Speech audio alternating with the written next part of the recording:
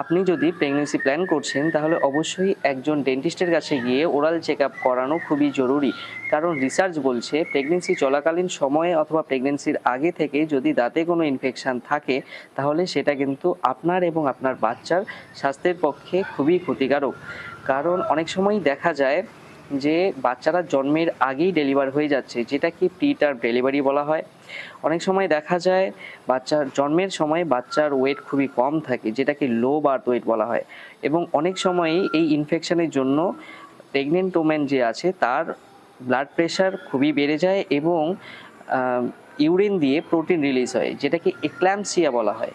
এই সব কারণের জন্যই প্রেগনেন্সিতে অনেক রকম কমপ্লিকেশান চলে আসে। এই কারণের জন্যই প্রেগনেন্সি প্ল্যান করার আগে অবশ্যই ডেন্টাল চেক আপ করানো খুবই জরুরি।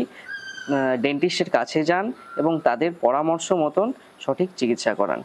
Thank you.